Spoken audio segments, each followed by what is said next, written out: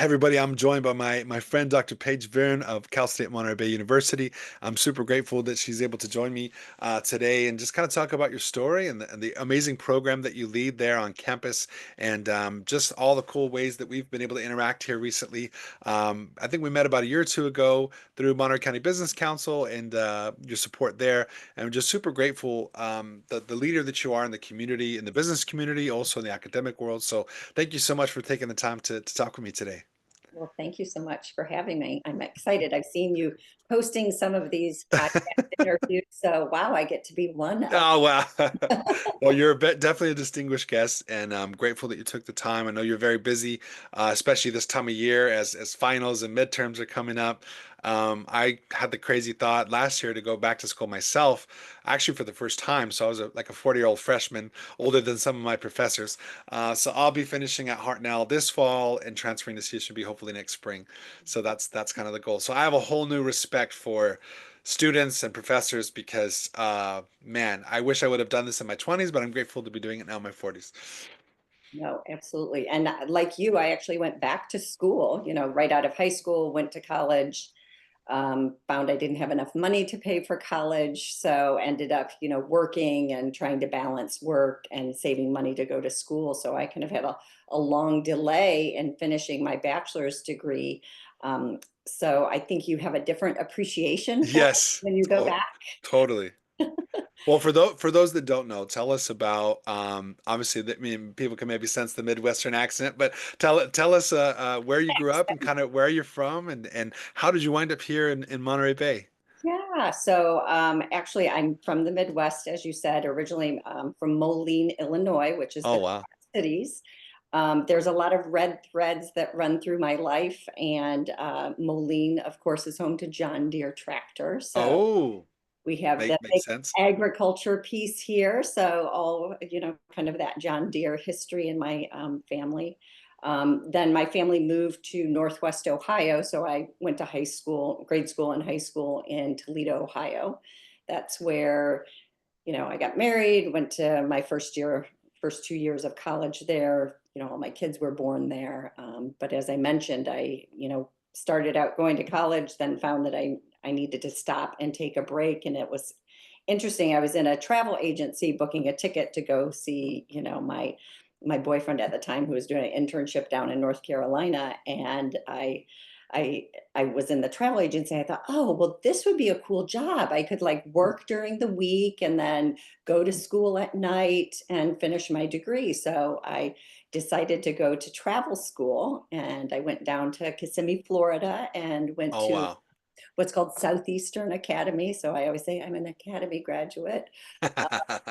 And that was at a time when you had to learn how to read the OAG, the official airline guide. Hmm. It was as big as a, phone book. We don't have those anymore either, but as big as a phone book, and had to learn to handwrite tickets. Even though it was automated, they always had this fear that if the computer goes down, we have to be able to handwrite tickets. So Valid fear. yeah. So went to travel school, got a job working at a travel agency in Columbus, Ohio. And then I started to travel with my job. So school kept Very getting cool. put on the back burner and the back burner. So I wasn't going back, and then kind of had a bit of a tragedy. My brother, actually very young, 32, died from cancer. And Oh, it was I'm sorry. moment thank you. It was this moment of, wow, you better do the things you say you're going to do. Like I Mhm. always wanted to go back and finish school. So it really made me take stock in what I was doing. So that was kind of the gift, if we think about the gift from the pandemic, whatever kind of challenge. Yeah. I Um, can relate. That's kind of what yeah, inspired me to go back to school. Is my mom unfortunately passed away of cancer at 52, almost 10 years ago, and I'm not too far from that now. And I thought, you know what? yeah, She lived a good life and she loved a lot of people, but I know there was things she still wanted to do. And I thought, you know what? We never know when it's our time, and when it is my time, I want to know that I did everything I wanted to do. absolutely. So that was kind of the catalyst. So I have been in a class teaching the kids. I was like, you can blame my brother that I'm here teaching, but it wasn't really my plan to go back to school to become a professor. I just wanted to go back to school to finish my degree. It was just ticking a box, more or less. Right. I loved my job managing a travel agency. I've gotten to travel all over the world, meet really interesting people. So I wasn't leaving, I wasn't going back to school to change jobs. It was just to finish something. Enhance it. Yeah. Yeah. So I finished my bachelor's degree and I had a professor there. And I always encourage students, find a mentor and be a mentor to people that, are in industry or once they've graduated. And I had a mentor in college and she said, "Oh, did you think about doing a master's degree?" And I was like, no, I wasn't thinking about, finishing or moving on to anything else. I just wanted to tick the box. And she said, "Oh, there's this diversity enhancement, the Presidential Diversity Enhancement Fellowship. You should apply." And I'm thinking, I'm not very diverse, white woman, and she's, "Oh, it's your age. You're like," so funny enough, she said, the average graduate student is 22.5. I had 3 kids at the time. I was working full time and, finishing my degree. And I decided, what the heck? I went ahead and put my, applied for the scholarship, wrote, a statement about diversity being a lot of things, including it could be, age, and it's not just skin color, it's not Yeah. just religion, it's a lot of different things. And Perspective. Yeah. yeah, so way back then, I was really looking at, what diversity means and, kind of that I was a non-traditional student. That's kind of Exactly. unique. Diversity of experience. Right. And I say this respectfully to a professor that I think sometimes in the academic world, it's kind of a bubble, right? Yes. And there is this overemphasis sometimes on academic experience versus real life experience, especially in the business world. Um, and to me, I think your time at the travel agency and obviously being a mother, I mean, Totally. what better experience could you, or education could you have? So in my mind, education doesn't only happen in the classroom. In Yeah. fact, some of the best education happens outside of the classroom. And so even though maybe you took a break from the academic world, you never stopped learning. No, absolutely. And I think those relationships, another kind of red thread that has run through my life and my journey has been this idea of connection, and the connections that I made working in the travel agency. I still have those connections now. And in fact, when I went back to graduate school, it was a matter of reaching out to people that I know saying, "Hey, I'm really interested in adventure travel. And I'm looking for a definition because I'm going to write my thesis on this, and all the definitions kind of fall short." And I said, I want to study this. So I was then reaching out to people that I knew who were in the industry saying, "Hey, can I work with a group that you're taking down to Patagonia and, ask them questions about what is adventure to them?" And so those relationships from the travel agency actually served me as a graduate student in providing me with connections to collect data for my research. It's incredible. And then those relationships I now use in the classroom or in providing internships or, opportunities for mentorship. So So for those that don't know, Patagonia is more than just a clothing brand. absolutely. Can you tell people about Patagonia? Absolutely, absolutely. That is correct. So it's in South America, Chile, absolutely beautiful.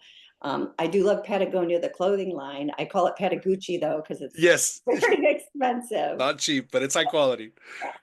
But one of my favorite quotes is actually from the founder of Patagonia, Yvon Chouinard, and his saying is, "It's not an adventure until something goes wrong." Hmm. I And love that. I love I that. it's like so powerful because it's a better story, right? Or when you've had to struggle to go back to school because you're balancing work and you're balancing, your schoolwork with having a family or Hmm. whatever it is, it just puts it into perspective that like you fought when you graduate. I mean, I still think about my dissertation. I'm like 277 pages. I'm like, gosh, I did that. I still think, all these years later, I'm still like, I still can't believe I did that. And, Wow. I think Well, one of my favorite quotes, oddly enough, from Bill Murray, I think, says basically, if you think you want to marry someone, go on a trip to another country. And if you come back from that trip either when you get back to the airport, and if you still want to be with that person, marry them right there, and if not, break up right there. And it's so true. Like my wife and I love to travel. It's part of what kind of brought us together. We've lived in different parts of the world and traveled different countries and together, and it's if you travel, you get it. If you don't, you just can't explain it. Totally. No, totally. I always, too, it's interesting, group dynamics when you're on a trip. And I'm really passionate about adventure travel, as I mentioned. So those are typically really small. If it is a group, it's a small group. You're not talking a 48 passenger bus or anything along those lines. So you're with 15 people and you learn a lot about personalities, you learn a lot about Yeah. navigating those things. We make sure that our students in our program at Cal State Monterey Bay are, career ready, right? They're ready to be leaders. And I think some of that skill is being able to navigate personalities and, and one of the great sayings, if when I was on a fam trip, it said, there's one in every crowd, and if there isn't one, it's you. So, there is going Yes. to be somebody in the Yes. crowd. Yes, totally. Well, I see the way that you advocate for your students and open doors.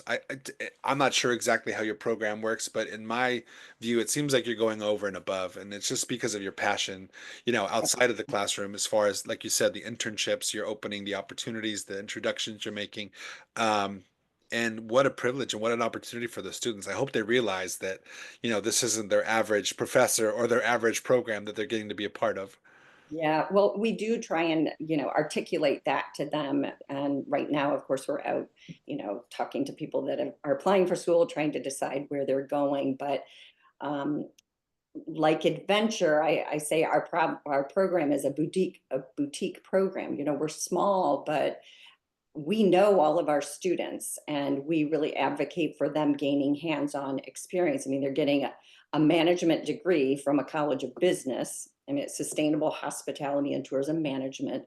So it would not serve us well to have somebody graduate who doesn't have experience, because if they're Hmm. going to go into a management position and them not understand how to work with people, that's a problem. So Mm, when our students leave our program, they're required to do an internship, one internship, but we encourage them to do more, and we're happy mm, to connect them. So I would actually, if you were my student, Jordan, I'd meet with you. What are you passionate about? What are you interested in? Um, and we would make that connection. If I don't know somebody, I know somebody who knows somebody, and right. that goes for our faculty as well. So all of us have had real world experience. So I it's love not that. just me, it's all of our faculty. Their networks are our students' networks. Well, So that's one of the best parts about travel is there's nothing, it's one thing to travel and experience and explore a new place, but when you get to make a friend that's a local, totally, there's nothing like traveling and visiting friends that are from where you're visiting. It just takes the experience to a whole other level. totally. And being able to give that advice in a sense. So I think about my days as it was travel agent in the 80s and 90s. Now it's travel consultant or travel advisor, I think is what it is right It's now. making a comeback, right? Yeah, Because in the totally. late 90s, when kind of the internet got popular, it was like, oh, that's the end of travel agents because everyone could book their own ticket online or their own experiences. And there's people still do, but now it's making a comeback. I think because of the pandemic, people are like, I don't want to plan everything. I want to just pay you a flat rate and you plan it all for me, please. So there's been a Exactly. resurgence of travel Exactly. agents. Totally. And I think it's that idea. I mean, we could all go online and do our own will. You could go online and do your own divorce, but having somebody be able to tell you and Yes. make recommendations, Professional, yes. Yeah. it makes a big Experienced difference, professional. Totally. right? Yeah. And we are on information overload. So I think people are looking more for that kind of high touch, curated, I know who you are and I'm going to make suggestions based on who you are. And I think those relationships that you build, whether it's at with a client at a travel agency, the clients that you work with, you're building relationships that you don't want it Yeah. to be one off that, okay, I sold you a house and I'm done with you. You're Right. hoping that as their family grows, Absolutely. that you're able to go ahead and connect, their kids and so on. Well, one of the jobs that I was always interested in, and I know it's not necessarily per se a career that people aspire to, but I always find it fascinating, was being a concierge, like a traditional concierge. And I've always kind of been that way just by nature. Wherever job I have or industry I'm in at the time, I'm the go-to person who knows where to go, who to talk to. Oh, you need this, you need that. I don't know why. I just always have been that way. My dad in the 80s, he worked in Silicon Valley, and this guy, family came from Mexico. He worked in the fields, found his way an opportunity with Seagate in Scotts Valley in the 80s. They had a recruitment program for local labor. And all of a sudden, he found out that he had an affinity for technology and for robotics. And before you know it, he worked his way up. And here's this Mexican guy from Mexico, from Watsonville. And all of a sudden, he's working in Silicon Valley. And they had him going around the world. We almost moved to Thailand when we were kids. So he's working in Singapore, Thailand, Ireland, like all over the world, Indonesia. So as a kid, I was used to going to the airport. I was used to having hosting people from other countries in our home. And I remember they used to laugh at us because they would have this group from Thailand came because my dad was helping open operations in Thailand. So they were coming to Santa Cruz to like learn the ropes, and they would rent these apartments. So we'd go hang out at their apartments, and they would always like get us pizzas for me and my brother. Like, here's you guys go. You're not gonna want our food. We're like, no, we want your food.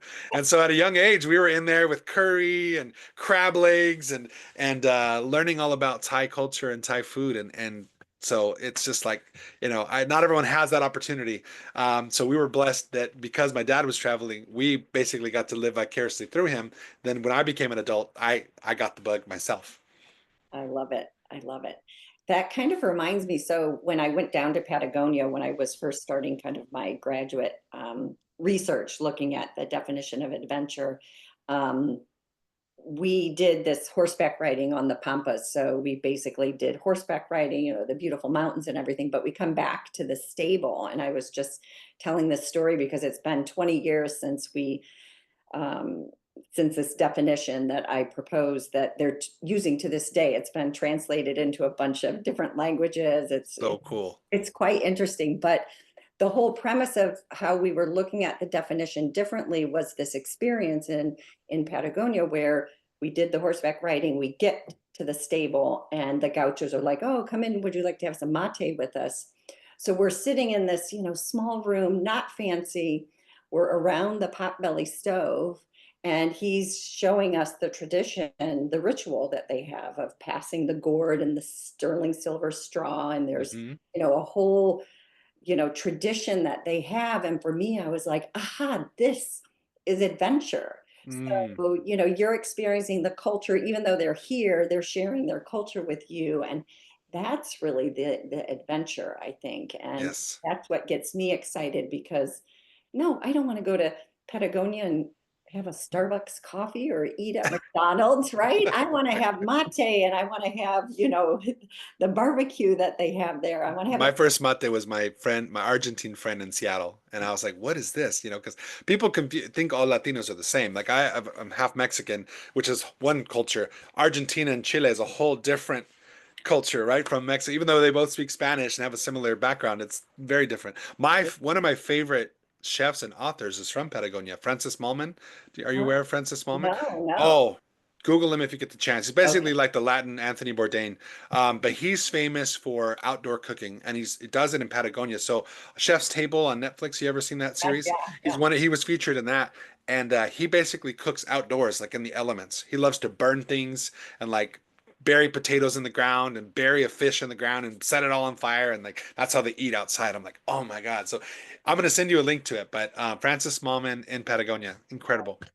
And that's really what it's about. It's not, when I think about the hospitality and tourism industry, it isn't the plane, it's not the hotel, it's it's kind of the all of those things put together and the experience of that and kind of the spirit of hospitality that's at the center of it. So, you can create a unique experience anywhere. It's kind of I having love that. the like you that has this excitement around it that is energetic about their place or sharing Yeah. culture with other people. Well, the Hawaiians would call it the aloha spirit, right? Yes, exactly, Yeah. exactly. So every culture kind of has their Version of that. version. Yeah. And I always like to say, when we think about hospitality and tourism being, part of the economy here, Oftentimes as residents, we're somewhere things are busy because there's tourists here, but they're such an important part of our quality of life and the things that they bring to our communities that if we look at it with a little bit of a different lens, right, Yeah. so I always like to have the saying that I was at a ecotourism conference, this was years and years ago, and this African woman said, a nice place to live is a nice place to visit.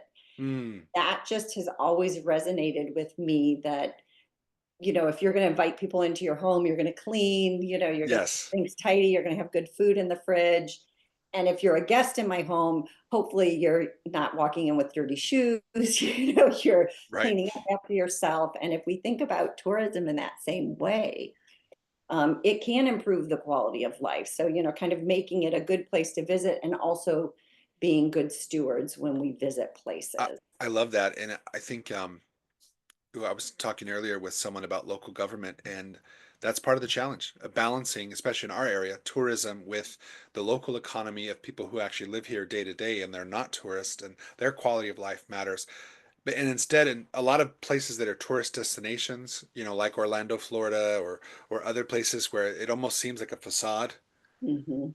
and they're kind of put on this face or put on this show for the tourists, but the reality of, and whether it's like even Dubai, right? Every big city has its fancy side and its not so fancy side, and the underbelly. And it's like how, well, I like what you mentioned about making it a place where it's not just like a facade and there's an industry and then there's this other side of the story, but it's we're all proud of where we live. We all work hard to make it welcoming and clean and a place that you want to visit. And so you said, like you said, not just a great tourist destination, but a nice place to live is a nice place to visit. I love that. Yeah. And I think about too, I mean, there's certain, you think of San Francisco, the iconic things are obviously the Golden Gate Bridge and, the Fisherman's Wharf. But if we think about tourism, kind of being equitable for San Francisco as an entire, city, it's getting people into those neighborhoods and frequently those businesses. So kind of spreading the wealth.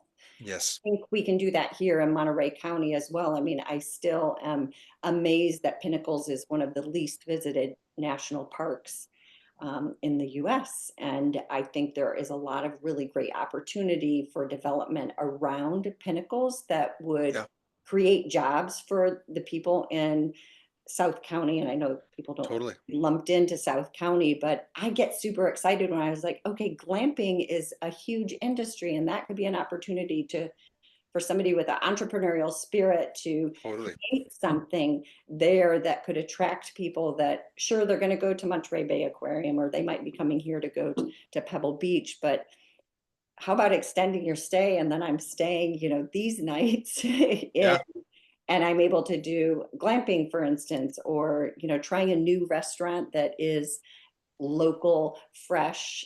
There's so many interesting things Well, that we can do that would improve quality of life throughout Monterey County. I Um, agree, and I think that I appreciate leadership on our county because we have that hospitality day, and to have that panel. I mean, what an all-star panel of you and Rob O'Keefe, and then also the CEO there of Portola Hotel. Like the Gene, just the experience on that panel was incredible. But I think you see within the crowd there was a lot of questions about that. Like, how do we get more? We have some people that work for City of Soledad, or some of the government leaders in South County. There's a demand and there's a will to get it done. So I'm glad that we're having that conversation of like, even with C Monterey, I know it's C Monterey County, but it's like, okay, we love and celebrate the peninsula, but let's also, like you said, let's spread some of that wealth to the valley as well. for sure. And I think, there's opportunities to partner, obviously the university, that's great opportunities for students to get Yeah, hands-on experience in development. I did see there was recently a report that was released. It was looking specifically at retail. Um, but I looked at it and they were talking about recreation and tourism, and it was actually a report, kind of an assessment of retail space in some of these places. But local artisans, yeah, making yeah, special honey and selling these local products. I'm working on a little editorial for I guess it's California Lodging News, and it was kind of this idea of the people part of sustainability and how can we be more the the issue is focused on sustainability. So I was looking at kind of that people part of sustainability. And it says, partnering with hotels, for instance, to have local goods or, something from a local artist in a room, or those amenities that are sold at, in a shop. People don't want to go somewhere and buy something that was made in China. We can say, here, this was made in this special place, and then you add the story to it. Yeah. And that makes it special, and that makes it authentic, and it gives people kind of that connection to place. And Right. I think we have a lot of opportunity for that. Absolutely. Does that mean creating little workshops, with you guys? And Yeah, let's do it. we Well, can, I see the thought leader that you are here locally now in the tourism community and the academic and business world. But that part where you were finishing up your master's in the Midwest, and then oh how yeah. did you go from that to your doctorate to winding up here as a professor? Like that's the part I'm happy to learn about. So I won the fellowship, obviously the diversity enhancement fellowship, but the fellowship required that I actually quit my job. And I was kind of really torn that, well, I really love my job, but I was like, Yeah, I'm worried about that too, that dilemma of like there's only 24 hours in the day, right? right. Well, I get a full ride, but I'm not allowed to work. So I had to make this choice. And my thought was, well, um, nobody can take education away from you. I can go back to my job, and I got a stipend. I mean, it was Yeah, going to be a challenge, but I went ahead and said, yeah, I'm going to go for it. a And worthwhile sacrifice. exactly. Yeah. And the fellowship actually covered me to get my PhD. And once I was finished with my master's, I applied to it was a EDD program, so educational leadership program at Bowling Green State University, and they turned me down. And I was like, I was really angry about it. I was like, what? You turned me down? You had all this momentum. Yeah. I'm like, I'm finding a program. Like, I don't need you guys. So I like was then on the hunt. Like, don't tell me I can't do something. Right. be, I be love on that. the hunt. So I looked around, mind you, I'm living in Toledo, Ohio. I have 3 kids.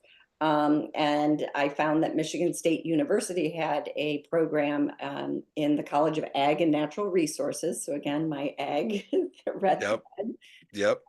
in park recreation tourism resources. So totally unconventional. This isn't how you apply for PhD programs. Usually it's like there's a certain professor you're going to work with, you do all this thing. I'm like, call up. I've missed the deadline. I realize, blah, blah, blah. I'd like to talk to you about this. So I drive up there, and the person I was supposed to meet with, he wasn't there. I ended up meeting with Christine Vogt, who ended up being my PhD advisor. And she's like, well, I don't have money to fund you for the first semester, but I'll have money starting in January. So if you're willing to kind of take that risk, and I was like, yeah, that works out. A friend from graduate school was getting married in Croatia, and I was leaving to go to her wedding in Croatia, not knowing whether I was accepted to the program at Michigan State or not. Oh wow. When we were coming back from Croatia, and I was like, well, I wonder, I might be starting graduate school next week, but I don't know. Oh So wow. this. So I get back, and I was accepted, and the rest is history. Finished my Wow. PhD. My dissertation was on the motivation for adventure travel. So I worked with the people that I worked with for my master's thesis, and continue to work with them to this day, looking at trends in adventure travel. Um, and then once I finished my PhD, then it's putting your name out there in the job market. And with academic positions, you can't usually say that's where I want to be. You just kind of got to put your name out there. So I accepted a job at East Carolina University. Again, that was kind of hard because my kids are in school in Ohio. My daughter's a junior in high school, and she's like, I'm not moving anywhere, of course. Right. So Right. it Right. was, Prime. yeah. So it was a matter of me. I wasn't going to take 2 of my kids down to North Carolina. So I actually was like every other week flying back and forth from North Carolina to Oh wow. Ohio. So yeah, that was a interesting time, but I was there for 10 years and worked with rural communities and how they could diversify the rural economy. And that was really through tourism that was sustainable. So kind of focusing on Hmm. creating jobs, protecting the environment and enhancing the culture of those places. Isn't it incredible how we put so much pressure on 18-year-olds to figure out their whole life and their major and their passion, which is ridiculous. It's not the case, right? And here you probably couldn't have mapped out the path that you've taken, but now you can look back, right? Hindsight's 2020, and you could see how all of it prepared you Totally. to where you are now. And I say to the students, I use this is actually from his name's Cassius Cash. He was the first Black superintendent of Great Smoky Mountains National Park, Hmm. one of the most visited national parks in the US. And he said, he used the acronym ASAP, which of course we always think of, as soon as possible. And so he's speaking to a group of students. We were in the park doing kind of we called it it's a consortium. So different universities come together and we look at problems in the national park.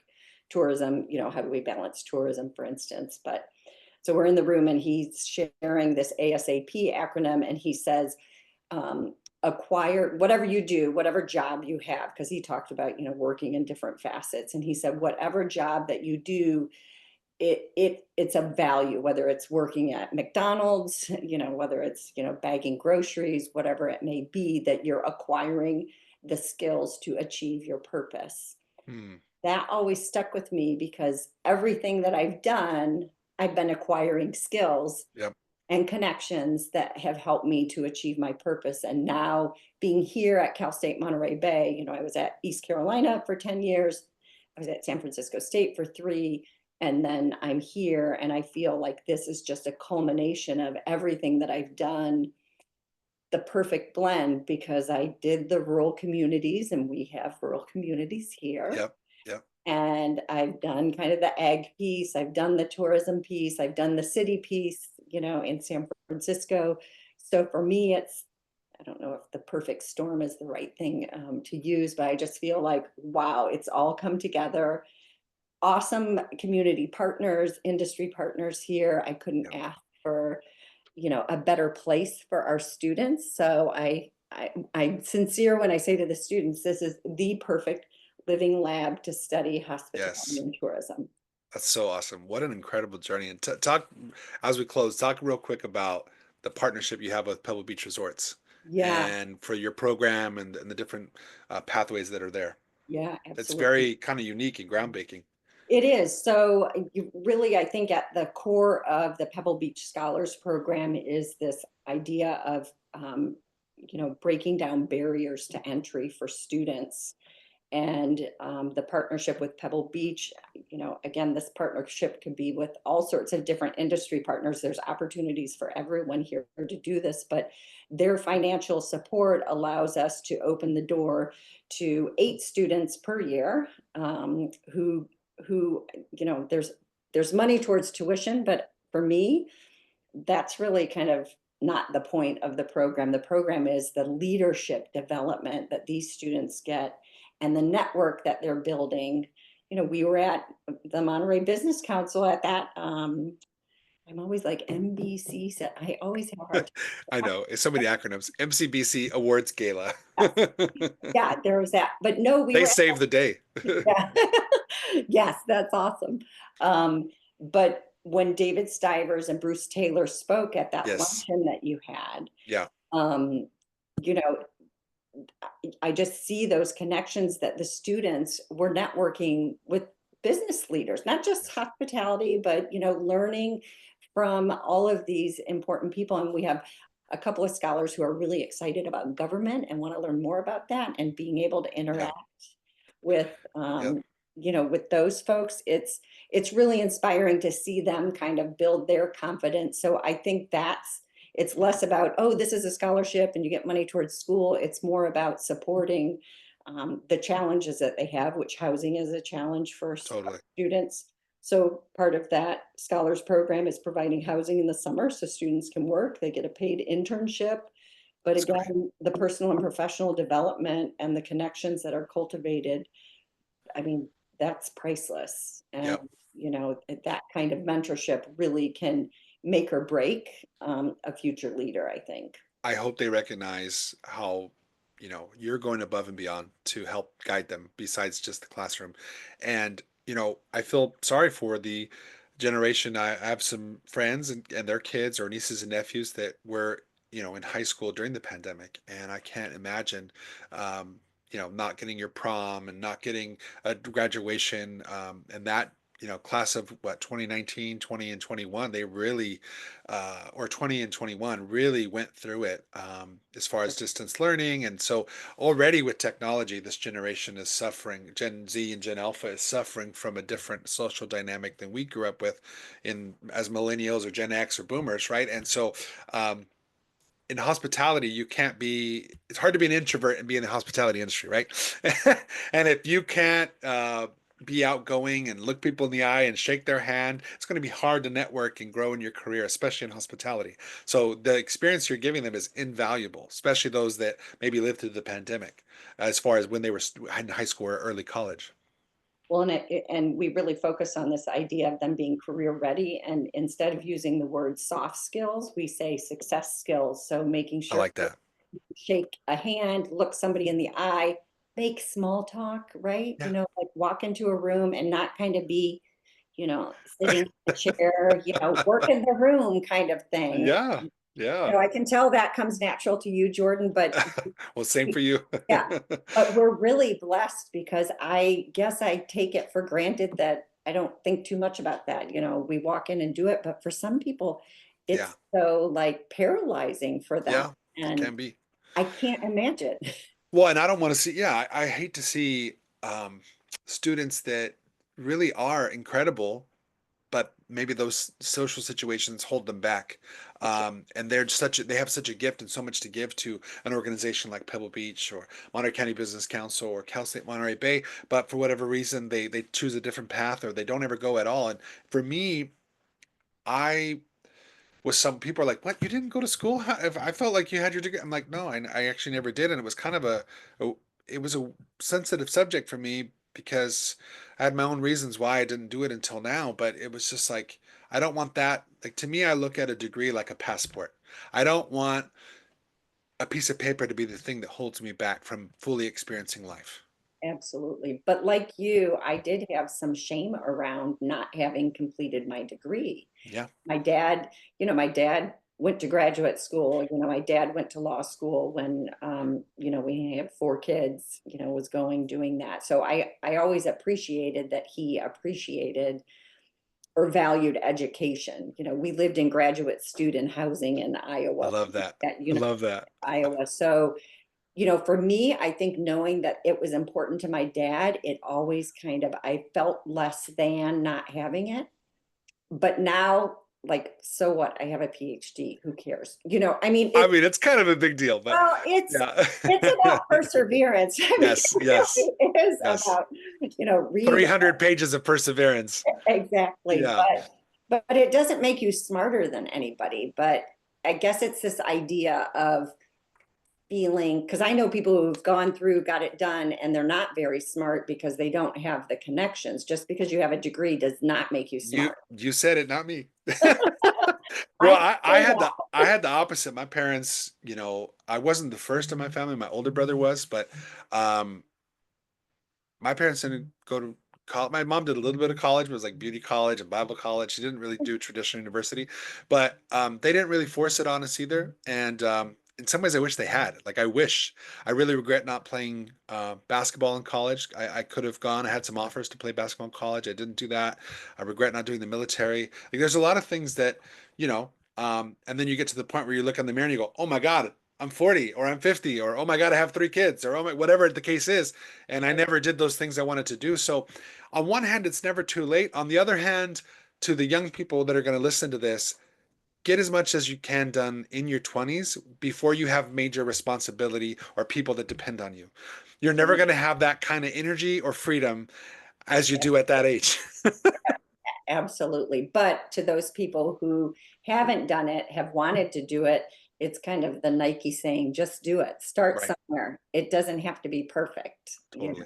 And and And I agree, and that's why I decided to just do it. And I super appreciate Hartnell College, super appreciate Cal State Monterey Bay because they're affordable, accessible, and all of the professors are awesome and they just want to see you win. I know people get hung up on the prestige of the reputation of the university and all this. And for certain folks, if you're going to be an attorney or a doctor, maybe that's important. But for most people, it doesn't matter where you go, just go. Get it done, Yeah. and you'll be surprised how many doors it will open if you handle it the right way. Totally. And I think you do need to think about when making a decision about a university, kind of what fits with you, because I mean, Stanford's a lovely, prestigious Yeah, university, but what's your experience like if you are like in such, stress all the time, right. you have to think about what fits for you and maybe Have an honest assessment of yourself. Exactly, because, at the end of the day, nobody asks, what your GPA is. Nobody's going to ask you. When somebody's a doctor, they don't say, what did you score on the test? It's like, Right, whether you're at the minimum score or the top score, you're still a doctor. right, So who right. cares? So at a certain point, nobody cares about that stuff. I'm going to send this to a lot of parents, by the way, who are Yeah, stressing about where to send their kids to school. I mean, it's important, I get it, but like you said, it's more about who you are, your character, your skills that you develop, and the relationships that you build. But thank you so much for your time. Where we could go on, and we're going to continue this, I'm sure, in person as well. But where can people find you if they want to learn more about the program and you personally? Yeah, certainly they could go to csumb.edu. They could type in Paige Viren and I'll pop up there, of course, on LinkedIn, as you know. So I love you kill it on LinkedIn. You inspired me to step up my LinkedIn game. It's my new, it used to be my least favorite. Now it's my most favorite social media app. same. No, I just started embracing it. Maybe it was a year ago where I was like, okay. And, it was one of the parents of a Pebble Beach scholars, like, I just love all the stuff you guys are doing. And I was like, oh, I guess people look at that. So, I posted a couple things and I was like, Yeah. okay, this is a good way to kind of chronicle and let people know, because not enough people know about the awesome careers in hospitality and tourism. It's Yeah. not just a front desk, at a hotel. It's not just, working in, washing dishes. I mean, you can do some amazing things and travel all over the world in our industry. So my goal is to educate and inspire students about careers in this amazing industry. And I guess LinkedIn has kind of been a way for me to I love that. hopefully share some of my excitement. Well, you've inspired me. I mean, I'm not exactly sure which major I'm going to pick. I have an idea, but the more once I started school, I realized I wasn't as academically ambitious as I thought I was. Oh, I'll double major. I'm going to minor. I'm going to take this. I'm going to take that. And then once I started, I was like, all right, what do I got to do to get through this? The whole C's get degrees thing started to make sense because I saw the effort it would take to be the straight A student I was in high school and college, and I'm like, I just don't got the time or the energy to be a straight A student in college, and I'm Agree. okay with that. I'm okay with that. Exactly. Sometimes you have to look at balance in your Yeah, life and you're doing it. I don't know when we totally. got to the point that everybody has to be straight A's. A C is average. Being average is okay. Yeah, and average in the classroom can lead to extraordinary careers in real life, right? Exactly. And sometimes the opposite. Sometimes people with the best scores they get in the real world and they don't know, this wasn't in the textbook. I don't know what to do. And it's like you got to just like, whether it's in business or in life. So thank you so much for your time. I enjoy this conversation. I always, anytime we run into each other, I'm super grateful for your time and for your experience, and I'm excited to share this with everyone. So we'll do this again soon. Thank you so Thank you. much. Sounds good. Thanks, Have a George. great night. Take care. Bye now.